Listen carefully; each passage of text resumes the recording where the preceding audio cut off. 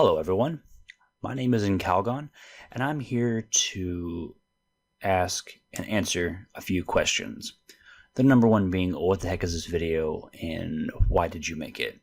This is my introduction to the Edain mod, which is a complete and total overhaul for the Battle of Middle-earth 2, The Rise of the Witch King.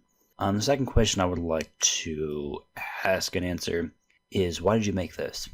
And the answer to that is to bring the Edain mod and its awesomeness into your life.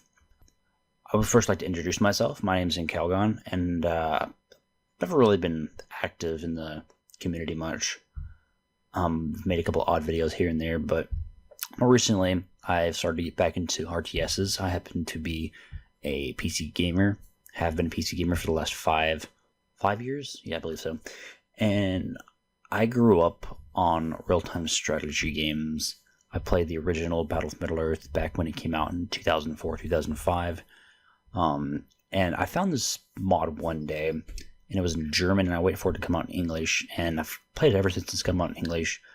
And I have to say, it is the most amazing total overhaul of a game I believe I've ever played. A little more about myself. I'm a huge modding fan. In particular, Skyrim modding. I consider myself somewhat knowledgeable in that aspect. I've played thousands of hours worth of RTSs, easily over 1,000 in Age of Empires 2 alone. Played the first Age of Empires. That and all the expansions and DLCs, including Age of Empires 2. Same with Age of Empires 3, which I consider to be a very underrated game.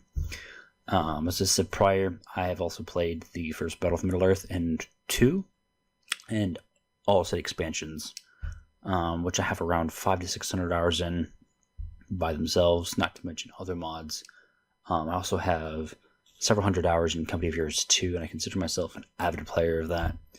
Not to mention Planetary Annihilation, several other RTSs that I could name, but I'd have to go to my Steam library and look for them. So many games. In short, I'm not really a professional player or anything like that, but I have a lot of time in RTSs, and I think what I want to do with this is introduce to you the Edain mod. I believe it is, like I said prior, the best mod. It's not even a mod at this point. It's its own game, in my opinion.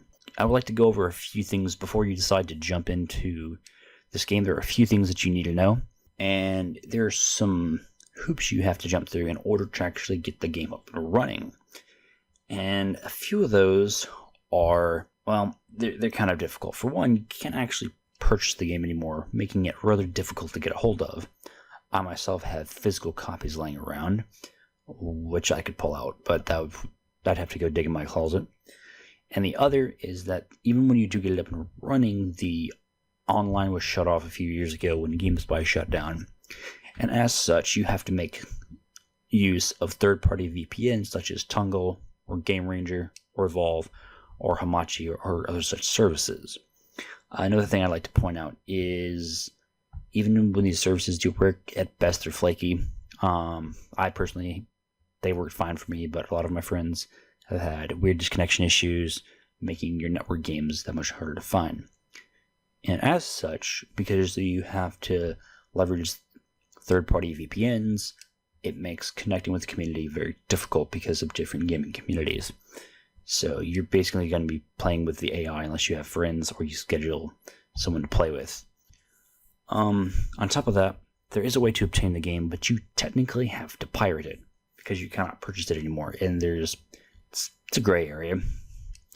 Once you do have it installed, because it's an older game, it's easily 10 years or older, you have to install it in a specific order, and then you have to patch it in a specific order.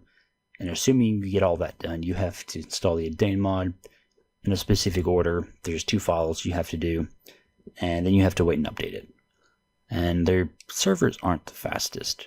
And another thing I like to point out before you get into this game is that the game is old, specifically the game engine, and it's locked to 30 frames a second, and the game speed is tied to the FPS. So if your game starts to lag due to excessive units on screen or particle effects or what have you, the game will slow down, as in the game time will slow down. Also, for the networking has been improved by the Edain team. I'm not sure how they've done that through the mod, but it's supposed to be more stable than the base game. Cheating in this game is very difficult due to how the game engine syncs. Everyone has to be in sync, or if it detects anything like the use of a memory modifier such as cheat engine, it will automatically end the match.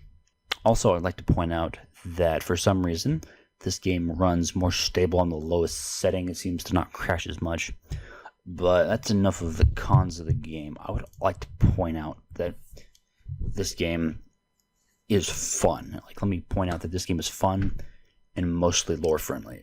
I believe very much lore friendly. They've taken a lot of the lore from the Silmarillion and the Lord of the Rings appendices and various other sources that Tolkien has written, and implemented a lot of the gameplay into how they believe Tolkien would have liked his heroes to be, or at least they have a lot of cool lore elements in there. Every faction has so much work put into it. Every hero is unique. Every thing is basically different from the original game. All the factions have been reworked for one, and they are lore friendly and inspired from the books. There's so much custom content. Also, a major change from the vanilla game is that free building is no longer a thing. They have went back to the plot building style of the original Battle for Middle-earth, which I believe is a better move because of two reasons. And Company of Heroes 2 is a game I play quite avidly. They have it where you don't have to worry so much about the base building. It's more about acquiring territory, and that's how you acquire resources. You're forced to fight over land, and that's how you expand and acquire more land or resources. There's also way more factions than in the base game, with a lot more unit variety and more interesting things. Now, without that out of the way, I'm going to end my introduction here because I could continue talking about this for hours and not actually produce any useful content. So I hope to see you until next time. This is Calgon signing out.